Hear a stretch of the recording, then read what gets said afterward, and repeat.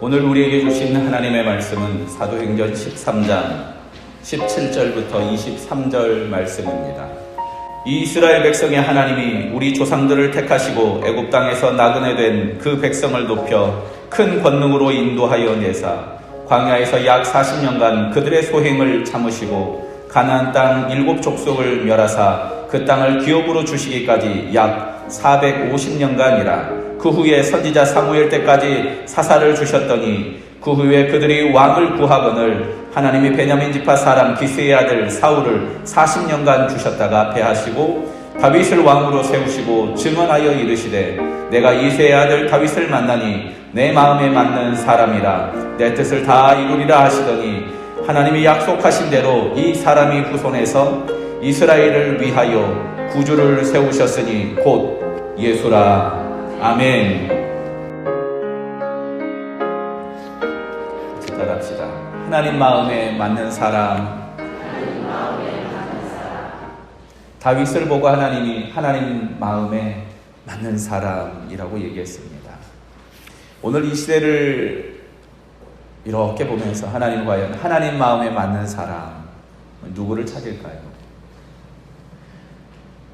이번에 이 코로나19 바이러스 때문에 여러 가지 일들이 생기고 또 교단에서 그리고 국가에서 여러 가지 공문과 이렇게 권면 공지들이 계속해서 어제 저녁까지 계속 이렇게 있는데 그런 생각을 해봤습니다. 성도들의 마음은 얼마나 불안할까? 한 명 지나갔다고 하면은 얼마나 두렵습니까?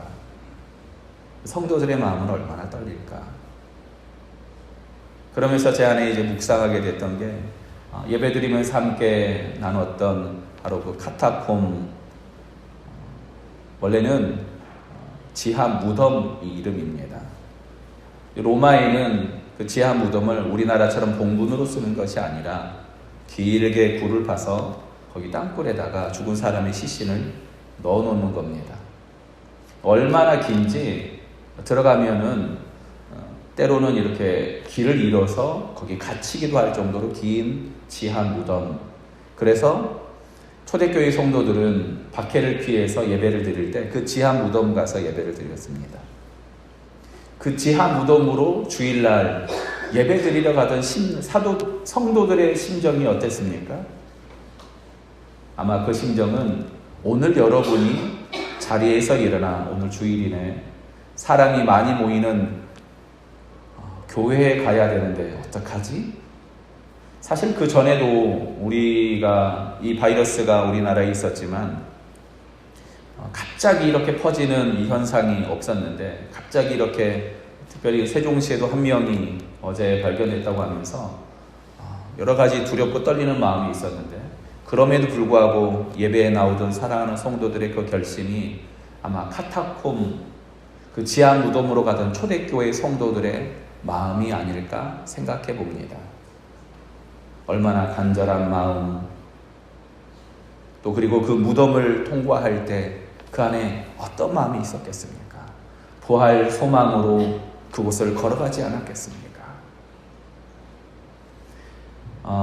오늘 여러분에게서 설교하기 전에 권면드리고 싶은 건 혹시 지금 마스크가 있는 분들은 마스크를 껴주시기 바랍니다. 네, 불편한 분은 안 끼셔도 되고요.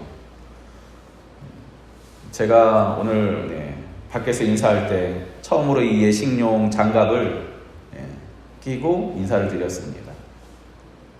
우리의 믿음은 믿음이고요.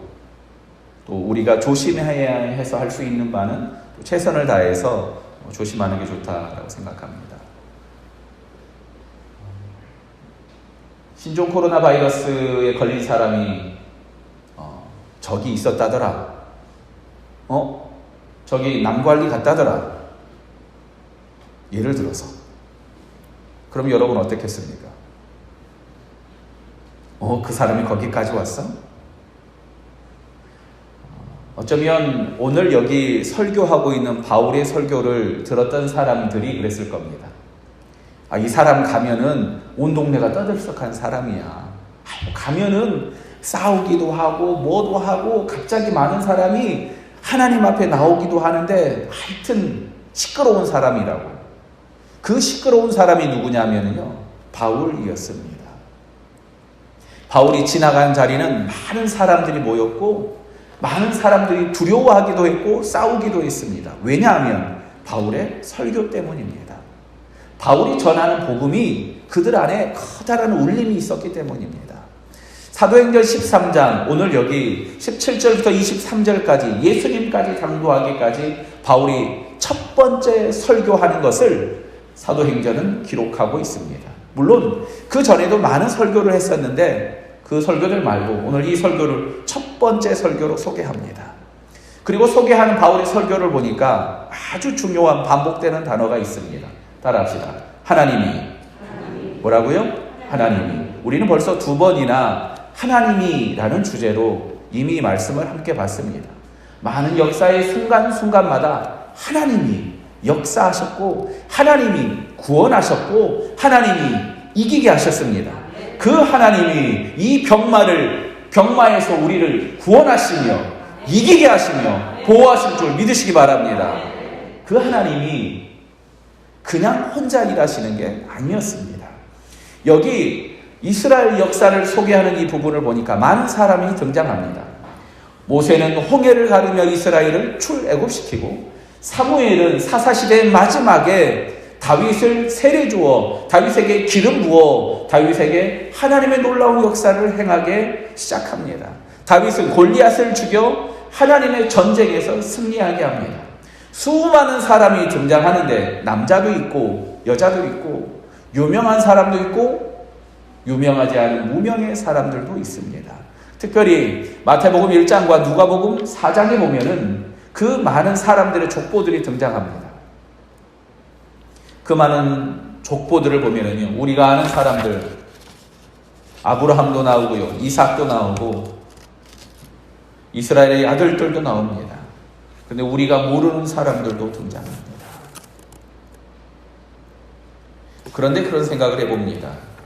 우리가 모르는 그 사람들, 대단하고 위대한 사역을 하지 않은 사람들, 그 사람들의 이름이 거기 있는 거 대단합니다. 그런데 그 시대를 살고 있었던 그 사람들은 과연 내가 하나님의 사람으로 나 때문에 예수님이 이 땅에 오실까 생각했겠습니까? 어떤 사람은 포로기를 살고 있고 어떤 사람은 폐역한 시대인 사사시대를 살고 있었던 그 사람들은 내 이름 아래, 저 아래 가보면 예수님이 드디어 나타난다 알았겠습니까? 모릅니다. 그들은 무슨 왕이 된 것도 아니고 사사도 아니고 그들이 위대한 일을 행한 게 하나도 없습니다. 심지어 우리는 그 사람들의 이름조차 알지 못합니다. 그런데 그 사람들이 무슨 위대한 일을 했는지도 모르고 심지어는 그 사람들이 그 폐역한 시대를 살면서 예수님이 내 뒤에 오신다. 예수님이 나 때문에 내 아들의 아들의 아들 저 아래 예수님이 마침내 오실 것이다. 상상도 못했을 겁니다. 그런데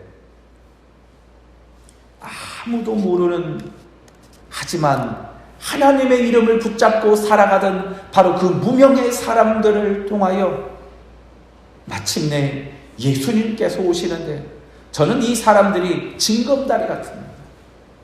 한 사람 한 사람, 만약 중간에 한 사람이라도 빠지면 징검다리를 건너요 못 건너요? 못 건너지 않습니까? 예수님을 향해서 아브라함부터 시작한 그 계보가요, 한 사람 한 사람, 만약 그 중간에 한 사람이라도 빠진다면 그 무명의 사람, 아이고 나 같은 계보가 되겠어라고 말하는 바로 그 사람이 만약 빠진다면 예수님까지 연결되지 못한다는 사실입니다. 때로는 우리의 모습이 그럴 때가 있지 않습니까? 아이고 나 같은 사람, 내가 무슨 위대한 일을 한 것도 아니고 내가 무슨 대단한 직분을 맡은 것도 아니고 그저 주일날 예배에 나가 잠깐 주님 간절히 부르는 거 이거 말고 없고 내가 날마다 죄인이라 하나님 앞에 차마 고개 들 수도 없어서 주여 이 짧게 드리는 기도밖에 없을지라도 하나님은 바로 그 한 사람의 작은 징검다리를 통하여 마침내 여기 예수님까지 오게 하셨던 겁니다. 하나님 마음에 맞는 사람, 때로는 어떤 사람이 위대한 모세처럼 대단한 일을 할 수도 있고, 여기 하나님의 마음에 맞다고 말하던 다윗처럼 위대한 왕이 될 수도 있지만, 하나님 마음에 맞는 사람, 부족하고 연약하지만 그 시대를 주님의 이름으로 근근히 버티며 살아가는 바로 우리의 걸음을 통하여 예수님께서 우리의 징검다리를 통하여 이 땅에 오신다는 사실을 믿으시기 바랍니다. 얼마 전에 저희는 아주 오래된 사무총회록을 번역했습니다. 한자로 된 이름이 많고 글씨가 많아서 따로 번역을 부탁했습니다. 중국에서 공부하고 온 주연이의 도움을 받아서 이렇게 따로 번역해서 사무총회록을 이렇게 마련했는데요. 이 사무총회록은 소화 17년 1941년부터 시작된 사무총회록이고 우리 교회에 보존되어 있는 첫 번째 사무총회록입니다.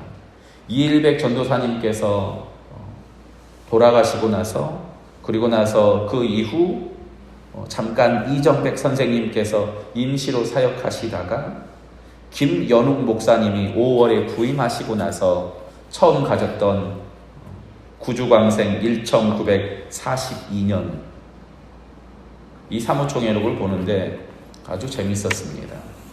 전년도 2월금 11N 49전 원인 줄 알았어요. 추수감사원금 300N, 부인회 수입 200N 이렇게 적혀 있고, 그리고 여기 다음과 같이 낭독합니다. 교회 직원 목사 김연욱, 남자 집사 안정용, 최창규, 박향래, 여집사 강영희, 이병희, 이귀아, 안귀순, 정영화, 김성순. 아마 이분들은 1942년 이 사무총회록을 기록하면서 2020년에 이 이름이 이렇게 불려질 거라고 상상도 못했을 겁니다.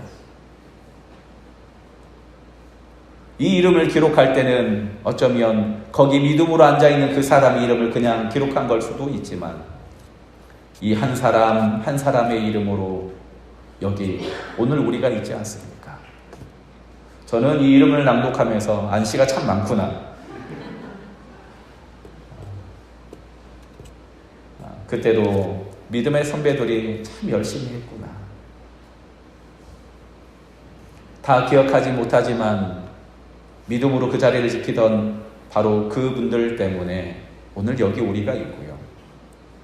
오늘 여기 코로나 바이러스의 많은 어려운 소식 속에서도 자리를 지키고 있는 바로 사랑하는 성도들 한 사람 한 사람 때문에 나중에 150주년쯤 됐을 때 우리 이름을 부르고 있지 않겠습니까? 안영, 이선희 이렇게 우리 이름을 낭독하지 않겠습니까? 징검다리 같은 바로 그 한 사람, 하나님 마음에 맞는 사람. 다음 주일은 특별히 3.1절입니다. 3.1절을 생각할 때 사실 다른 지방에 있을 때는요 그렇게 이 마음에 큰 감동이 없었습니다. 그런데 이 지역은 돌아다니는 곳마다 다 3.1절 유적지입니다. 여기는 3.1절이 일어났던 장소, 3.1절 운동을 시작했던 사람이 태어났던 곳, 공부했던 곳 참 많습니다. 이렇게 애국심이 많은 사람이 이 주위에 많다는 얘기가, 그런데 그런 것뿐만 아니라 하나 더 있더라고요. 기독교인이 많았다라는 뜻이더라고요.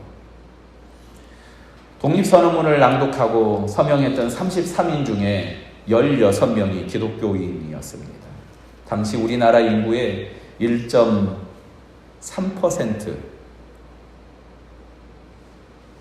100명 중에 1명 혹은 2명 될까 말까 한 사람이 기독교인이라고 말했는데 독립선언문을 낭독하고 서명하는 거기에 16명이 자기 이름을 낙인하고 기독교인으로 이 민족을 대표하여서 거기 선언하고 있었던 것입니다. 3.1운동이 전국적으로 확산될 때 여기서부터 시작한 3.1운동이 어떻게 전국적으로 확산될 수 있었는가? 역사학자들은 공통적으로 얘기하는 게 교회와 기독교 학교를 뽑습니다. 예수를 믿는 사람들이 이 나라의 아픔을 그저 나는 예수만 잘 믿으면 되지 라고 그치는 것이 아니라 내가 예수를 믿기 때문에 예수 사랑으로 이 나라를 사랑하고 예수 사랑으로 이 나라를 불쌍히 여김으로 목숨을 걸고 달려갔던 운동이 3.1절 운동이었습니다. 기독교인들만 유난스럽게 술과 담배를 금하고 있습니다. 주초를 금하는 것이 처음부터 시작된 게 아니었습니다. 사실 다른 나라에 가보면요, 목사님이 포도주를 마시고 맥주를 마십니다. 우리나라만 이렇게 한 까닭은 물론 역사적으로 우리나라의 연약함이 바로 주초 문제, 술과 담배 문제에 있었기 때문도 맞습니다. 하지만 더 큰 중요한 원인이 있었습니다. 우리나라의 일본에 우리의 주권을 빼앗겨서 빚 때문에 우리의 주권을 빼앗겨서 이 나라가 어렵게 되었다. 그래서 국채보상운동이 펼쳐졌습니다. 그 국채보상운동이 뭐냐면요, 제일 처음 시작한 기독교인들은 어떻게 시작하냐면 내가 술과 담배를 끊고 이 돈으로 내가 이 나라의 빚을 갚겠습니다 라고 시작한 운동이 국채보상운동입니다. 그렇게 사랑했습니다. 누구 때문에 이 나라가 이렇게 됐고 누구 때문에 이 나라가 망했다고 손가락질할 틈이 없습니다. 왜 원망스럽지 않았겠습니까? 신종 코로나가 이 나라를, 그야말로 온 나라를 갑자기 다 잠잠해지고 끝날 것 같던 이 나라를 흔들고 있는 이때 왜 원망이 없겠습니까? 왜 이 안에 욱하는 마음이 없겠습니까? 그런데 그거보다 더 중요한 게 뭐냐면요, 우리가 믿음으로 주님 앞에 달려가며 이 어려움을 어떻게 이길지 하나님 앞에 이 나라와 이 민족을 불쌍히 여겨달라고 고민하며 기도하며 우는 사람이 없는 게 이게 더 큰 문제라는 겁니다.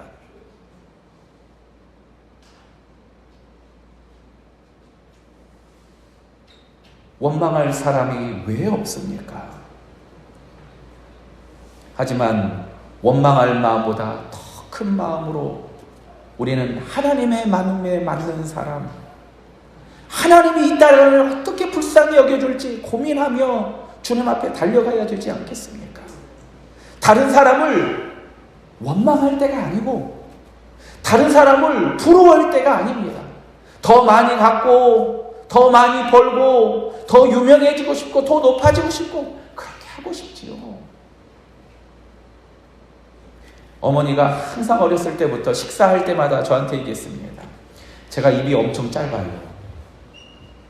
그래서 어머니는 항상 그때 아이고 엄마 친구 아들은 요즘 말은 엄친아 이것도 잘 먹더라. 엄마 친구 아들은 이것도 잘 먹더라. 항상 말씀하셨어요. 너무 화가 나서 언젠가 엄마 그 아들 데리고 살아. 그때가 사춘기였나 봅니다.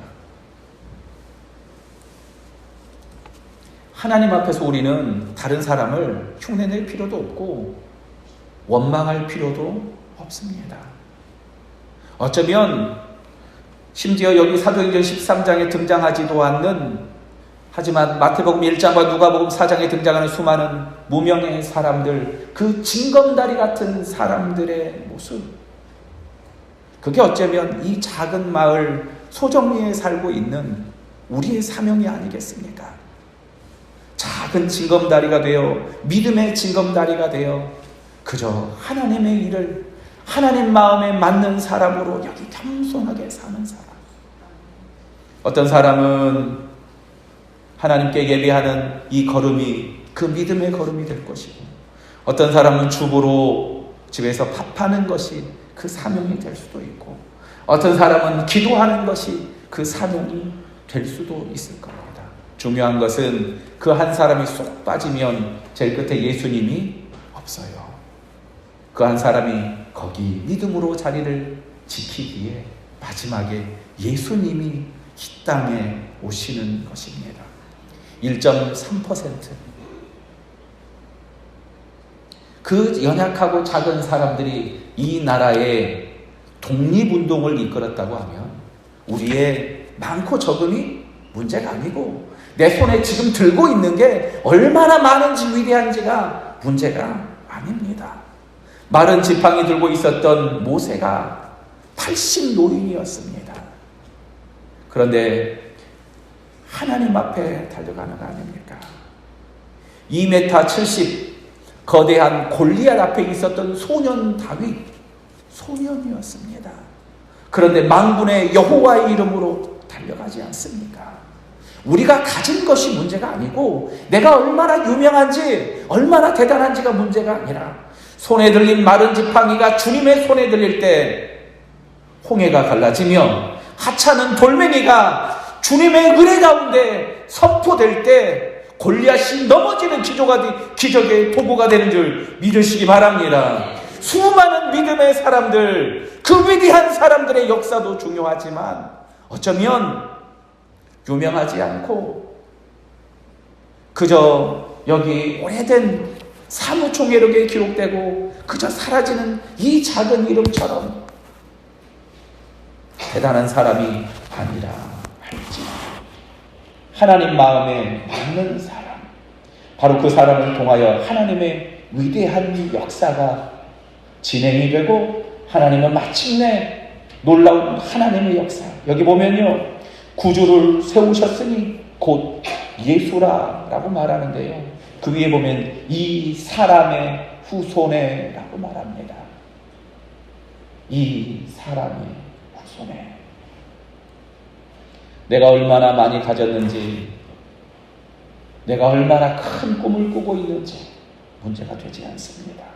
하나님의 손에 맡겨드릴 때 80된 노인이 주님의 일을 하고 어린 소년이 하나님의 역사를 감당하는 놀라운 일이 오늘 저와 여러분 가운데 그리고 이 나라와 이 민족 가운데 있기를 주님의 이름으로 축원합니다. 기도합니다. 하나님,